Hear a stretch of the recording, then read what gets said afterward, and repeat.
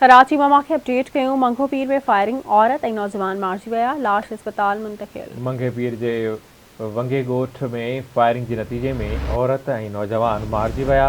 सिंध जे वॾे वज़ीर Murad Ali Shah additional IG Karachi खां रिपोर्ट तलब करे वरिती। अवां खे आगाह कंदासीं। मंगे पीर में फायरिंग, औरत ऐं नौजवान मारिजी विया, लाश अस्पताल मुंतकिल कया विया। मंगो पीर के वंगे ॻोठ में फायरिंग के नतीजे में औरत ऐं नौजवान मारिजी विया। वॾे वज़ीर सैयद मुराद अली शाह एडिशनल IG कराची खां रिपोर्ट तलब करे वरिती। वॾे वज़ीर पारां ॿिनि ॼणनि जे मारण ते अफ़सोस ऐं वारसनि सां हमदर्दी जो इज़हार। नाज़रीन, मंगे पीर मां अवां खे आगाह कंदासीं। कराची जे इलाइक़े मंगे पीर में फायरिंग थी आहे, औरत ऐं नौजवान मारिजी विया। फायरिंग के नतीजे में औरत ऐं नौजवान मारिजी विया। सिंध जे वॾे वज़ीर सैयद मुराद अली शाह एडिशनल IG खां रिपोर्ट तलब करे वरिती आहे। वॾे वज़ीर पारां ॿिनि ॼणनि जे मारिजण ते अफ़सोस ऐं वारसनि सां हमदर्दी जो बि इज़हार कयो वियो।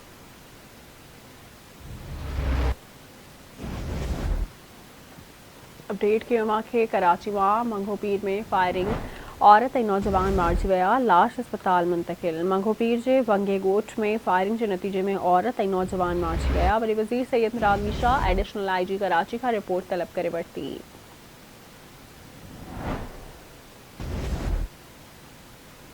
हिकु भेरो ॿीहर ब्रेकिंग न्यूज़ अवां सां शेयर कंदासीं। कराची मां मंगे पीर वारे इलाइक़े में फायरिंग दौरान 2 ॼणा मारिजी विया। तफ़सील मालूम कंदासीं आमिर सुप्रो खां। आमिर, अपडेट कजो, कहिड़ा तफ़सील आहिनि?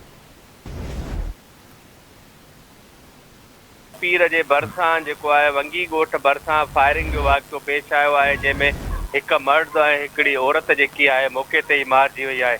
ॿिए तरफ़ ॿिन्ही ॼणनि जा लाश अस्पताल मुंतकिल कया विया आहिनि। वॾे वज़ीर फायरिंग जो नोटिस वरितो आहे। वॾे वज़ीर अफ़सोस जो इज़हार कंदे चयो आहे त जेके सां असीं गॾु आहियूं। ॿिए तरफ़ सिंध जे वॾे वज़ीर एडिशनल IG खां बि वाक़े जी जेकी आहे रिपोर्ट तलब करे वरिती आहे। जी,